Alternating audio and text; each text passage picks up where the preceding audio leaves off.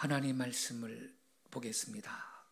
마가복음 10장 13절부터 17절까지 보겠습니다. 마가복음 10장 13절부터 17절까지 16절까지입니다. 저와 함께 한 절씩 교독하시겠습니다. 사람들이 예수께서 만져주심을 바라고 어린 아이들을 데리고 오매 제자들이 꾸짖거늘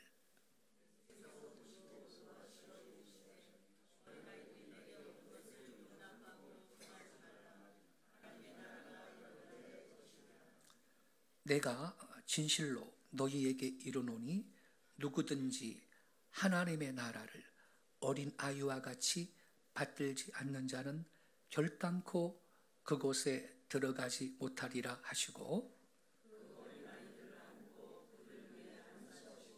축복하시니라. 아멘. 오늘은 우리 한국교회가 어린이 주일로 지키는 절기입니다. 외국에서는요, 흔히 6월 둘째 주일을 꽃주일이라고 해서 어린이날로 지킵니다. 그러나 어느 날이든 1년에 한 번 특별히 어린이를 생각하며 아이들을 축복하고 예비하는 것은 필요한 일입니다. 어린이 주일은 꽃주일 이렇게도 부릅니다. 그 유래가 뭐냐 하면요, 1870년 미국의 한 조합교회에서 어린이 주일을 맞이하여 예배당을 꽃으로 장식을 하고 샤론의 꽃 어린이 이러한 제목으로 어린이 예배를 드린 데에서 유래한 명칭입니다. 이 어린이 주일은요, 어린이들의 인격과 가능성과 꿈을 존중하는 미국에서 가장 먼저 시작이 된 겁니다. 미국이 그와 같은 나라가 된 그 배경은 기독교 국가였기 때문입니다. 왜냐하면 그들이 믿는 예수님이 오늘 본문에서 볼 수 있듯이 어린이들을 존중하셨기 때문입니다.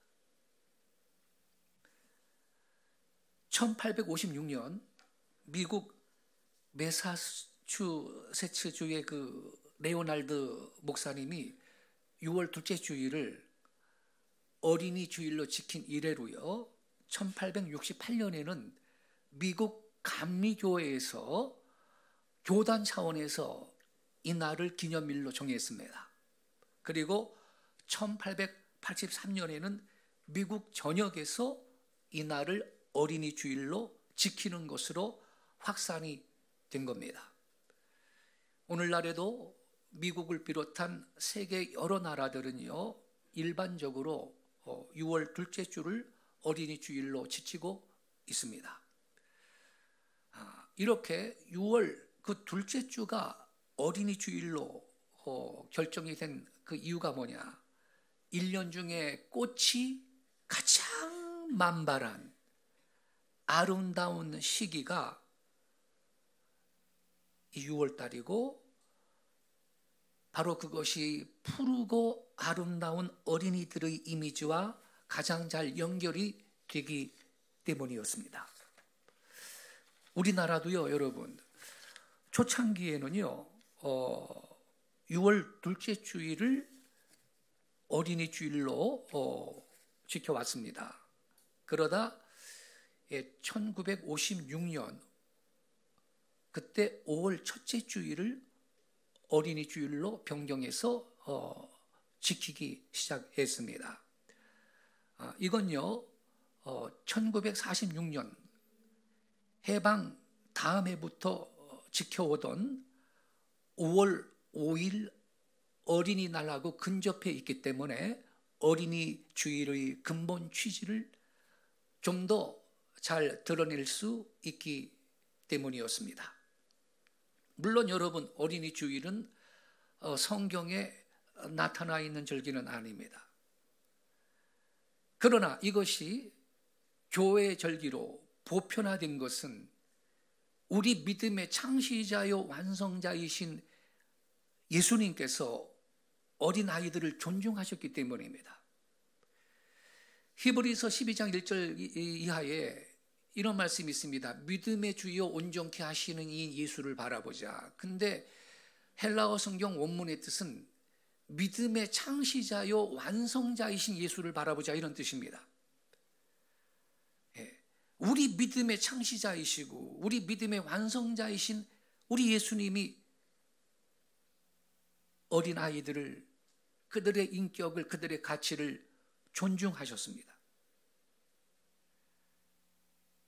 그래서 교회들이 어린이 주일을 절기로 지키는 것은 타당한 것입니다. 예수님은요, 어린아이들을 존중했습니다만 그럼에도 불구하고 사회는 물론 교회에서조차도 어린아이들은 아무 대책이 없이 방치되고 있었습니다. 그리하여 몇몇 뜻있는 목회자들은 어린이들을 위한 교회의 특별한 봉사가 있어야 한다 강조를 했습니다.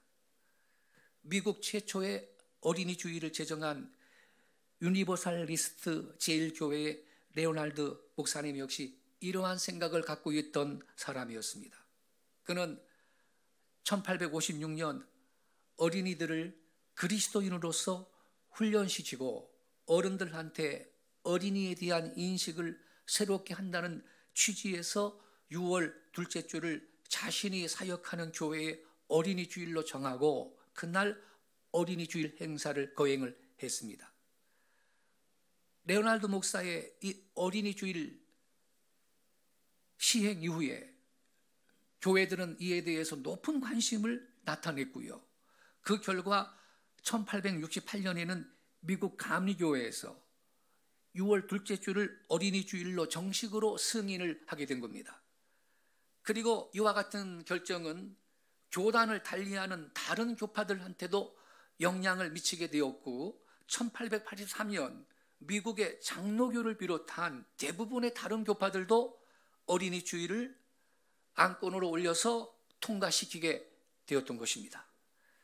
이러한 과정을 거쳐 어린이 주일은 교회의 절기의 일부분으로서의 위치를 갖게 되었던 것입니다. 하지만 여러분, 이때 19세기 아닙니까? 1800년대. 이 무렵 우리나라는요, 아직도 그 수준이라는 게 한참 떨어졌습니다. 이 어린이들에 대한 인식이 성숙하지 못했고요.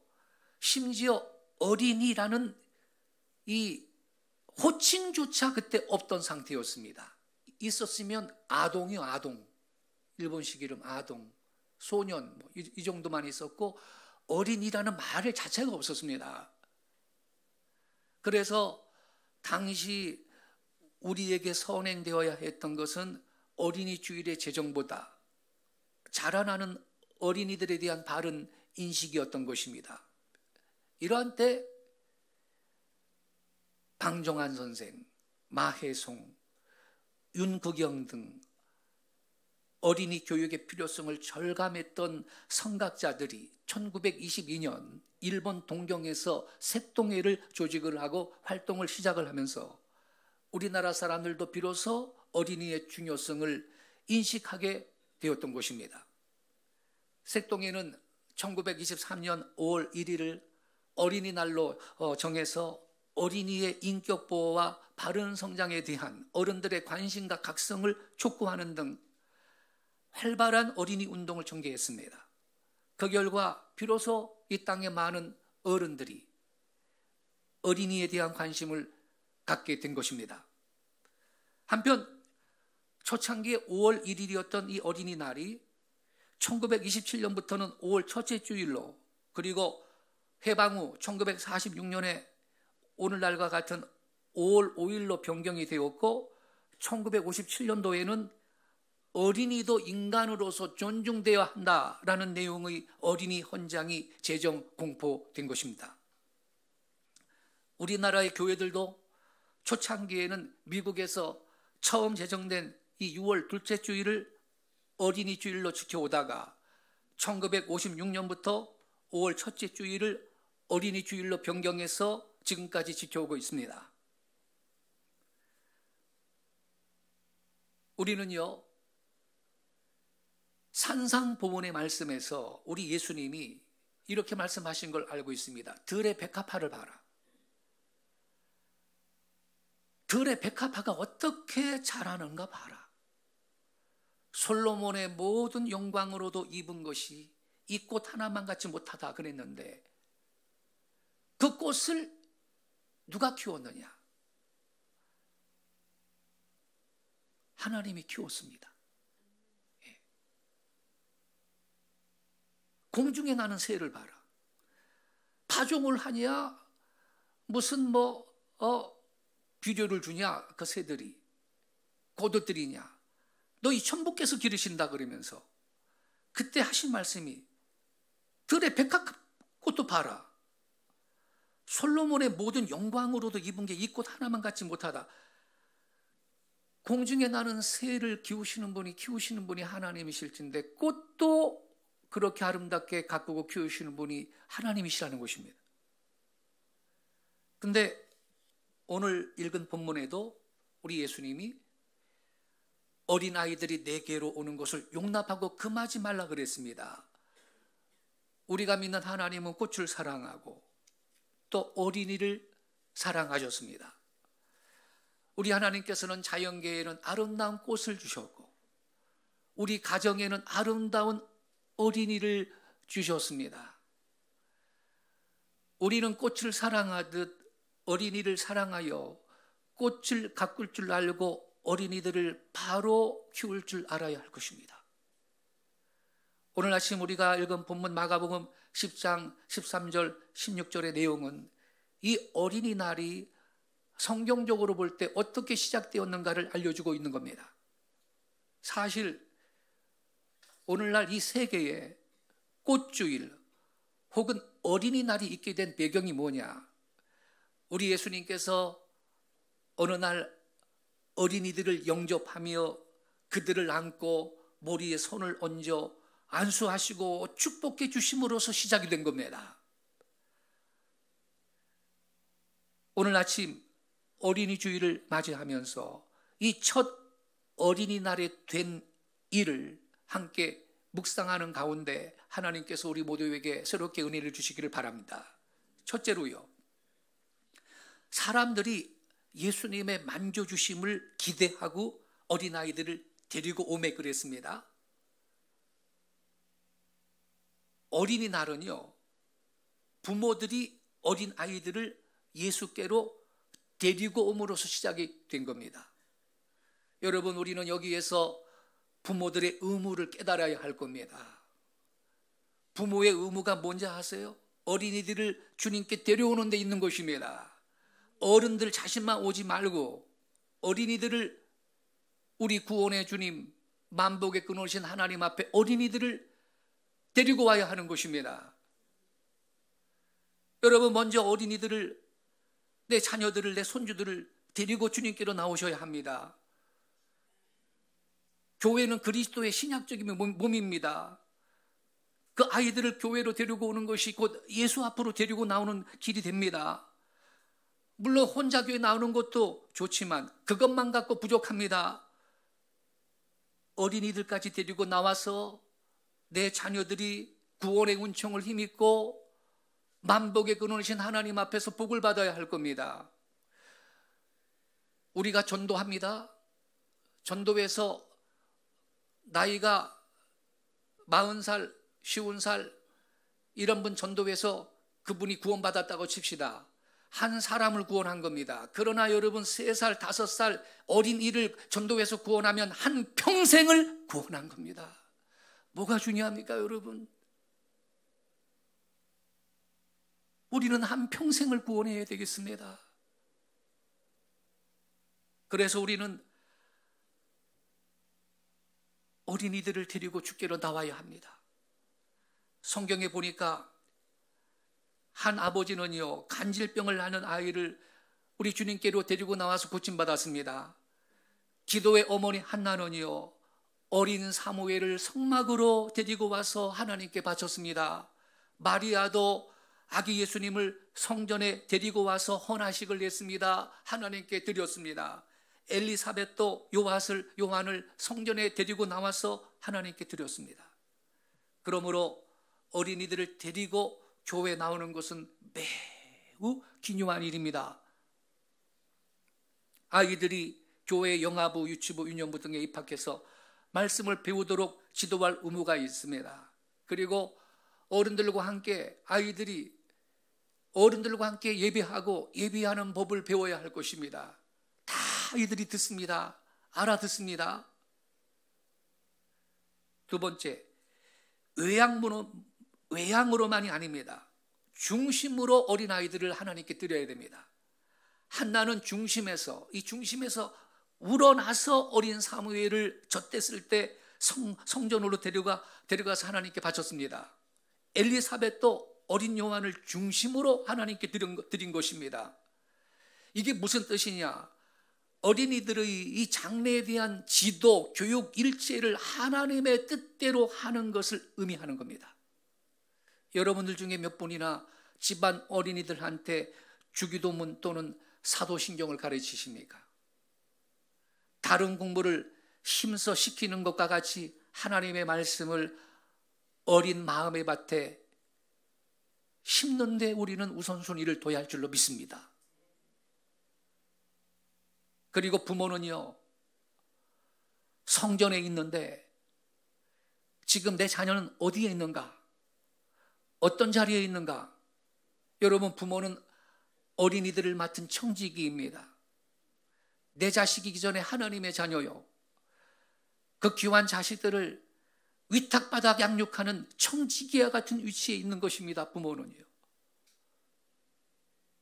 그래서 부모는 자녀를 하나님께 인도할 책임이 있습니다.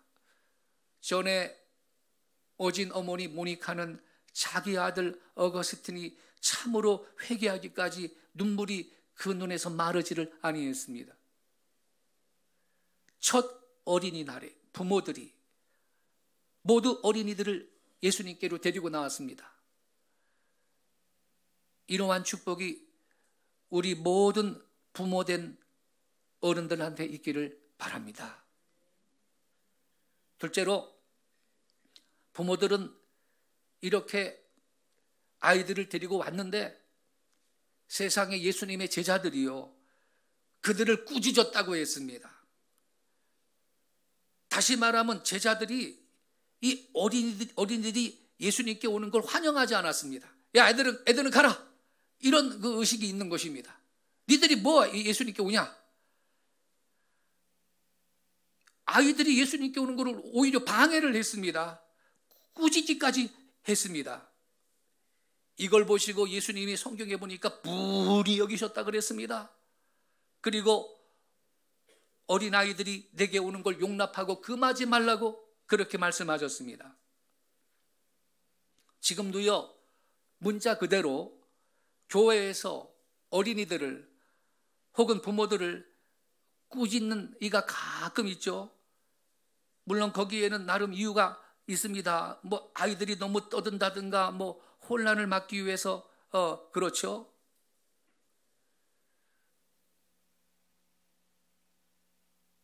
그러나 여러분, 교회에서 어린이들을 대할 때 언제나 조심해야 합니다. 어떤 청년이 말하기를 자기는 어렸을 때 교회 다녔는데 안 다닌 지 오래됐다. 왜 그러냐 물어봤더니 주일학교 나갔는데 한 번은 교사한테, 선생님한테 매 맞고 그 다음부터 나가지 않았다 그랬습니다. 주일학교 선생은 물론 권사님, 집사님, 장로님들도 어린이들을 잘 용납할 줄 알아야 할 것입니다. 또 넓은 의미에서 어른들은 어린이들이 주께로 가까이 가는데 방해되는 행동을 삼가해야 할 것입니다. 어린이들을 교회 주님 앞에 나가는 것을 오히려 격려해야 할 것입니다. 오늘 여기 본문에 보니까 예수님이 그때 분하게 여기셨다고 기록되어 있죠. 우리 예수님은 사소한 일에 분을 내시는 분이 아닙니다. 그런데 여기에 분을 내신 걸 보니 분노하셨다는 거거든요. 우리 주님께서는 어린이들을 이렇게 주님 앞에 오는 걸 막는 행동을 아주 중대한 과오로 생각하신 것입니다. 우선 예수님은요, 어린이들을 경시하는 그 당시의 사상을 못마땅하게 생각하신 겁니다. 그저 옛날이나 오늘이나 어린이들은 경시를 하고 천대하고 귀중하게 여길 줄 모르는 사람들이 적지 아니합니다. 걔들이 다 커서 대통령도 할 수 있고 선교사도 할 수 있고 목사가 될 수도 있고 작가가 될 수도 있고 연예인도 될 수 있고 그런 건데, 그저 지금 아직 어리다는 그 이유 하나로 경시하고 심지어 천대도 하고 어떤 이는 학대까지 하는 경우가 있습니다. 이게 될 일인가요, 여러분? 한 사회학자가 말하기를요, 지나간 19세기가 여성을 발견한 세기라면 20세기는 어린이를 발견한 세기요, 21세기는 노인을 발견하는 세기가 될 것이다라 그랬습니다. 수명이 길어지잖아요, 점점. 그럼 여러분, 어린이를 발견한다는 게 뭘 뜻하는 것입니까, 여러분? 그 전까지는요, 여러분, 어린이는요, 하나의 인간이나 인격으로 간주되기보다는요, 부모나 사회의 부속물 정도로 취급되어 왔다는 겁니다. 네. 우리나라 현실도 마찬가지였죠. 1920년대, 아까 말했는데, 우리나라가 일본 식민지 시절이었을 때 어린이라는 단어조차가 그때 없었습니다. 당시 일본 유학생이었던 방정환 선생이 이걸 안타깝게 여겼습니다. 민족의 미래는 다음 세대를 귀히 여기는 데 있다고 확신을 했고, 그가 여름방학을 맞이해서 귀국했을 때 어린이 상대로 존댓말 쓰기 운동을 벌였습니다. 어린이한테도 이랬어요. 아, 그랬어요? 이렇게 존댓말 쓰기 운동을 벌였습니다, 이분이. 그리고 이때 처음으로 어린이, 즉 어리신이라는 말을 사용을 했고 어린이라는 말이 생긴 겁니다. 그전에는 아동이요, 그냥 어린이날 말이 없어요. 아동. 그러면서 어린이도 하나의 인격적인 존재, 인격체임을 선언을 했던 것입니다. 여러분, 어린이들을 얼마나 귀중하게 여기고 그들이 옳게 자라도록 하기 위해서 얼마나 어린아이들을 배려하느냐, 이게 실로 그 사회와 그 나라의 문화의 수준을 가늠하는 척도가 되는 것입니다. 문화가 높을수록, 시민의식이 더 높을수록 어린이들을 우대하고 그들이 필요한 장난감을 비롯해서 모든 시설을 갖추는 것입니다.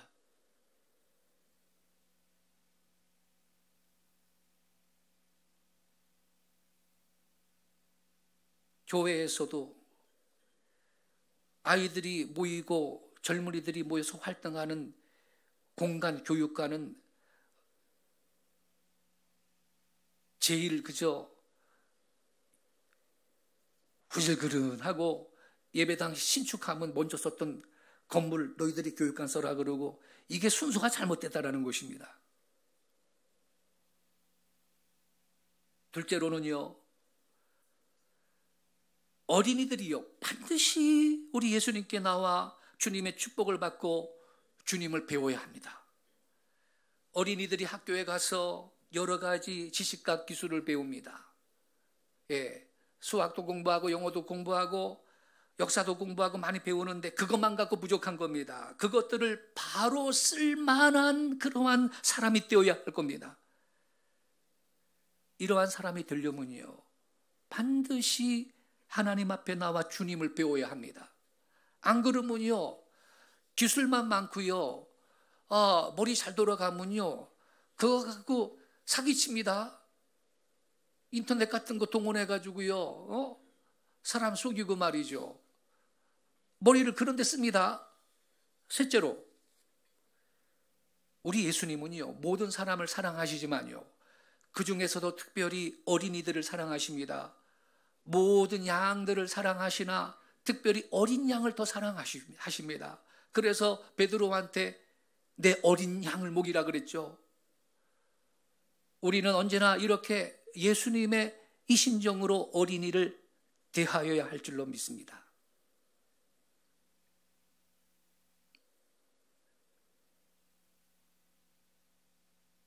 우리가요, 만 5년 전에 여기 예배당 건축하고요, 재정적으로 어려울 때 저 바깥에 컨테이너 박스 있잖아요. 저거 비싸요. 저거 수천만 원 들었어요. 시설하는데, 어린이 놀이방 방방 시설하는 데 있잖아요. 저희 아이들 아지트고 저기에서 공부도 하고 그랬어요. 이제 이쪽에 빈터에 작은 그 교실을 좀 만들어서 젊은이들이, 어린이들이 더 활동할 수 있는 공간을 만들어 주고자 기도하고 지금 계획을 세우고 있습니다. 요 앞에 수도꼭지 앞에 모래놀이 할 수 있는 조그만 공간이 있는데, 그걸 또 그거 뭐 별것도 아닌데 거기서 노는 거 보세요. 아이들이 존중받아야 되고 아이들이 교회에 머물 수 있도록 우리가 배려할 수 있어야 될 것입니다.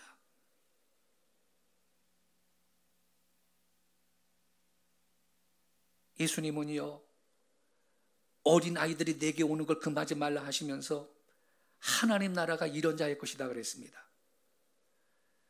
내가 진실로 진실로 너희에게 이르노니 누구든지 하나님 나라를 어린 아이와 같이 받들지 않는 자는 결단코 들어가지 못한다 그랬습니다. 바로 여기에 여러분, 첫 어린이날 모든 장성한 사람들한테 주신 주님의 엄숙한 교훈이 있는 겁니다. 예수님께서는요, 하나님 나라와 어린 아이들이 긴밀하게 연결되었다라는 점을 여기에서 보여주고 계십니다. 천국에 들어가려면요, 먼저 어린아이와 같이 되어야 한다 그랬습니다. 어린아이들한테 배울 점들이 있습니다. 첫째로 그들의 천진성입니다. 곧 천진난만한 그 성품입니다. 어린이들은 참되고 담백하며 외식과 가식이 없습니다. 물론 겉모술 수가 없습니다. 문자 그대로 무식합니다. 맑은 눈동자처럼 그 마음도 맑습니다. 어느 목사님이 한 번은요, 자기 교인 가정에 신방 갔는데 어머니가 어린 딸한테 말하기를, 야, 목사님 신방 오셨다. 야, 너 아빠가 옆집에 간 것 같으니까 가서 오시라 그래라 그랬어요. 그래가지고 그 어린 딸이 이 아빠 찾으러 갔죠. 갔다 와서 하는 말이 뭐냐면, 아빠가 없다고 그러라 그랬어요. 그런 거예요. 목사님이 다 듣고 있는데. 이렇게 어린아이들이 진실합니다. 어른들이 가르쳐주기 전에는, 시범을 보여주기 전에는 아이들이 거짓말 안 합니다. 둘째로 겸허성입니다. 여러분, 어린이들한테는 교만이 없습니다. 금전의 교만, 지위의 교만, 지식의 교만을 모릅니다. 어린이는 겸손한데 어른이 되면 교만해집니다. 그래서 우리는 어린아이들한테 배워야 합니다. 셋째, 어린이들의 신뢰성입니다. 어린이들은요, 남의 말을 그대로 꼭 믿습니다. 그러다가 유괴도 당하고 그러지 않습니까? 예? 더욱이 부모의 말은 꼭 그대로 믿습니다. 그래가지고요, 세상에 미국의 한 대학생은요, 대학에 입학을 했는데도 산타클로스가 정말로 있는 줄로 알더래. 그래서 야, 너 왜 그러냐? 네가 애냐? 그랬더니 우리 엄마가 그렇게 말했다는 거야. 그 나이가 되도록 믿고 있는 거예요. 애가 얼마나 순진하면 세상에. 예? 이와 같은 믿음이야말로 천국에 들어갈 이의 기본 조건입니다. 어른들은 너무 의심이 많아요. 예? 무슨 신이라는 존재가 있어서 세상을 만들었겠느냐고. 아니 그럼 여러분, 이 빌딩이 저절로 생겼습니까? 아니 철근하고 시멘트하고 모래하고 무슨 이런 자재들이 지들이 갑자기 모여가지고 집이 어느 날 땅 탄생을 했습니까 여러분? 성경에 뭐라고 써 있습니까? 집마다 지은 이가 있으되 만물을 지으신 분은 하나님이시다라고 써 있습니다. 할렐루야. 어른들은 너무 의심이 많아요. 그래서 천국에 갈 수가 없는 거지요. 우리는 어린 아이와 같은 믿음으로 천국을 받아들여야 할 것입니다. 그렇게 하나님을 믿어야 하는 것입니다. 그럴 때 천국 시민이 될 수가 있는 것입니다. 그럴 때 그 영적 세계의 부유함을 맛보고 누리며 살 수가 있는 것입니다. 하나님을 믿는 것은요, 어린이가요 부모를 전적으로 믿고 의지하는 것과 같습니다. 자식이 어떻게 부모의 존재를 의심할 수가 있겠습니까? 아니 지 혼자 세상에 탄생했나? 네? 어린이가 부모를 전적으로 믿고 의지하는 것과 같이 우리가 하나님을 믿을 때 우리는 천국을 소유할 수 있는 걸 믿으시기 바랍니다. 우리는 이 첫 어린이날을 생각하면서 다음 세 가지 교훈을 명심해야 되겠습니다. 첫째, 어린이들을 꼭 예수님께로 인도해야 합니다. 이게 부모의 첫 번째 사명입니다, 여러분. 아무리 모든 방면에 부모로서의 책임을 다했다 할지라도 여기에 실패하면 그 부모는 부모로서의 최고의 책임을 져버린 것입니다. 어린이들을 주께로 인도하고 온전히 주님께 바칠 수 있는 부모님들 되시기를 바랍니다. 두 번째, 어린이들이 주께로 나오는 거 꾸짖지 말아야 됩니다. 방해하지 말아야 됩니다.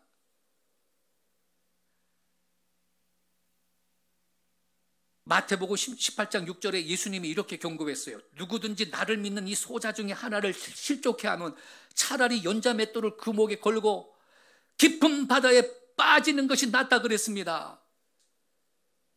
어린이들을 유혹이나 범죄로 유도할 수 있는 모든 일을 삼가해야 하는 것입니다.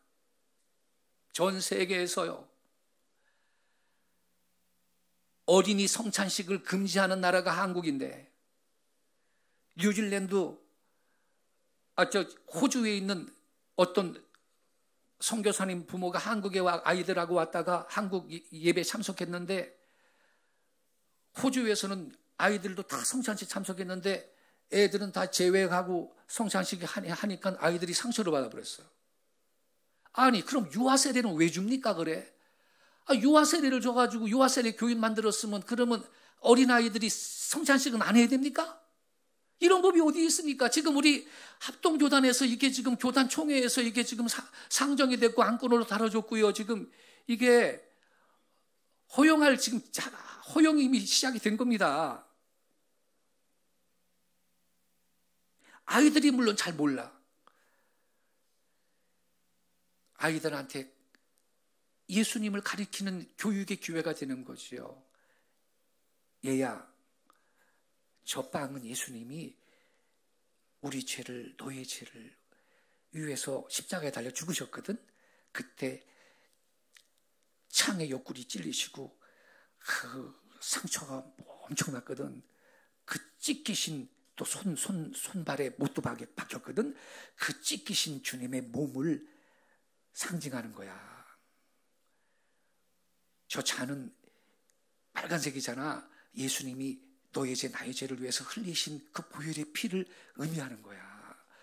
예수님이 그렇게 피를 흘려 나를 대신해 죽었기 때문에 우린 구원받고 의롭다함을 받은 거야. 알겠지? 너는 성찬식 할 때 이걸 생각하면서 주님의 은혜에 감사하면서 떡과 잔을 받아야 된다. 이렇게 가르치라는 거예요. 이 성찬식을 아이들도 하게 하면서. 이게 여러분 하나님이 우리에게 은혜 받도록 주신 은혜의 수단인데 이걸 왜 애들을 갈아야? 이게 안 되는 겁니다, 여러분. 그래서 우리가 어린 아이들도 성찬식을 하는 겁니다. 셋째로, 끝으로 말이죠. 끝으로 하나 좀 말씀드리겠습니다. 어린이들한테 배워야 합니다. 그 아이들의 진실성을 배워야 되고요.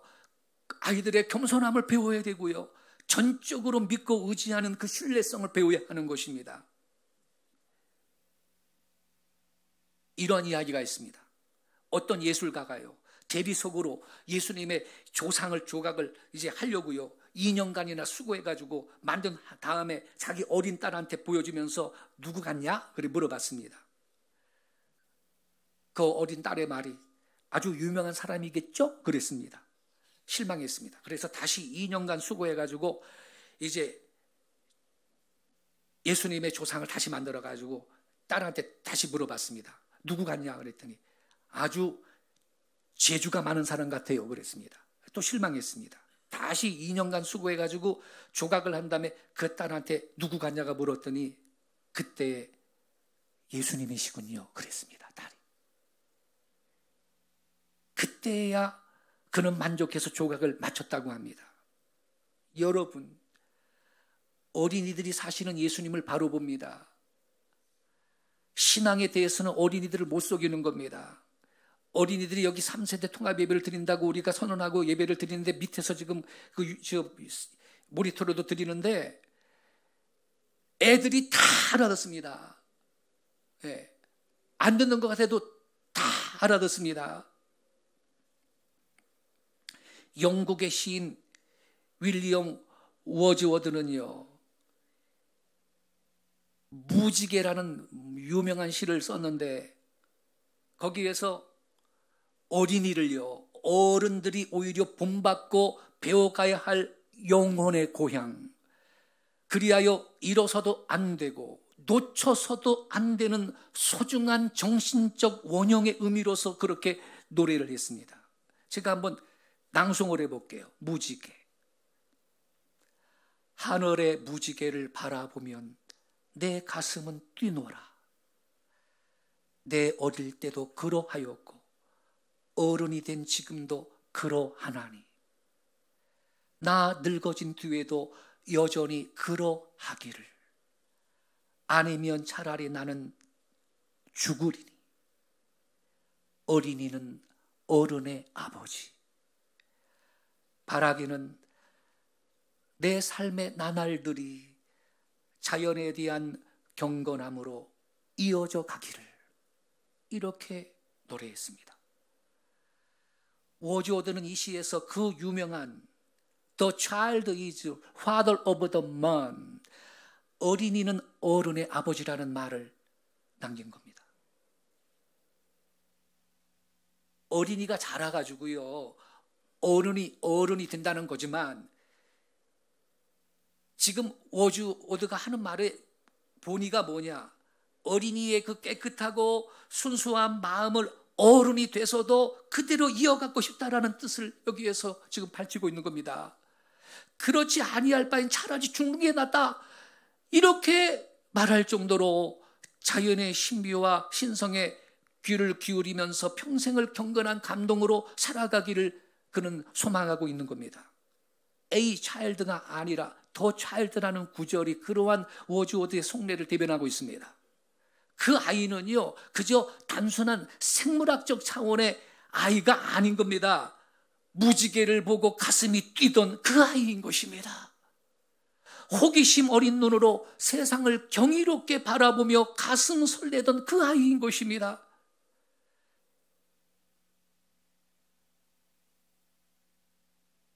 돌진하고 1살, 2살 때는요, 바닥에 그 작은 몸뚱아리가 쭈그리고 앉아가지고 개미 한 해가 지나가도 경이롭게 쳐다봅니다. 근데 나이가 들어갈수록 어른들은요, 점차 꿈도 사라져.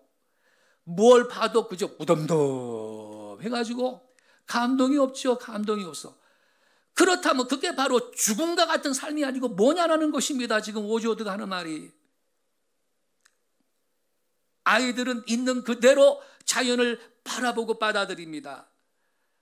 관습과 선입관 그리고 편견으로 굳어진 어른보다 어린이는 때묻지 않은 그대로 세상을 느끼고 생각하기에 그 마음이 아주 단순하고 솔직합니다. 바로 이게 동심이고 공자가 말하는 사무사의 세계입니다. 그러기에 어린이들은요, 어른들이 배워가야만 할 자연의 교과서며 진실과 순정의 화신이 되는 것입니다. 어린 시절 때묻지 않은 순수 그 자체로서의 그 어린이가 지금 나의 아버지요 스승이 되기를 오즈워드는 간절하게 기구하고 있는 것입니다. 우리는 어린 아이들한테 보여야 하는 것입니다. 그래야 우리는 하나님 나라에 들어갈 수가 있습니다. 그리고 어린이들을 귀하게 여겨야 됩니다. 함부로 얕봐서는 안 됩니다. 공자님도요, 후생가와라 그랬습니다. 나보다 후에 태어날 사람이 가히 두렵다 그랬습니다. 우리 어린 자녀들, 손주들 가운데 여러분 위대한 선교사가 나올 수 있고 학자가 나올 수 있고 정치가가 나올 수 있고 대통령도 나올 수 있고 여러분 작가가 나올 수도 있습니다.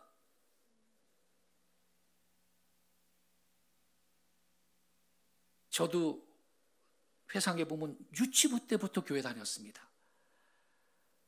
작은 예배당, 시골 예배당에 감리교였는데 마룻바닥에 앉아가지고 분방 공부했던 생각이 지금도 납니다. 옹기종기 모여 앉아가지고. 옛날에는 종각이 있어요. 종 쳐야 돼. 11시 예배문이요. 한 20분 전쯤에 예종을 치고 이제 11시 되면 또 본종 치고 그러는데 주일학교 선생님이 종치라 그러면 제가 종치러 갔거든요. 그런데 세상에 유치부 7살 6살짜리가 뭔 힘이 있어서 종줄을 잡아 당겨요. 내 친구들 꼬마들 한 5명이 줄을 같이 잡아 당겼어요. 그게 아주도 서운해요. 그러니까 종이 내려오더라고요. 땡그렁. 어릴 때부터 교회에서 컸어요. 성탄절날 앞에 나와서 다 율동하고 캐롤에 맞춰가지고 그거 다 하면서 컸어요. 근데 하나님이 저를 목회자로 부르셨고요. 그리고 또 우리 민족의 성경에 근거한 그 기원, 정체성이 뭔지를 알게 하시고 이걸 집필하게 하셨고 선포하게 하시는 도구로 저를 사용하고 계세요. 우리 자녀들한테요, 나중에 누가 나올지 모릅니다. 믿음으로 잘 키울 수 있기를 바랍니다, 여러분.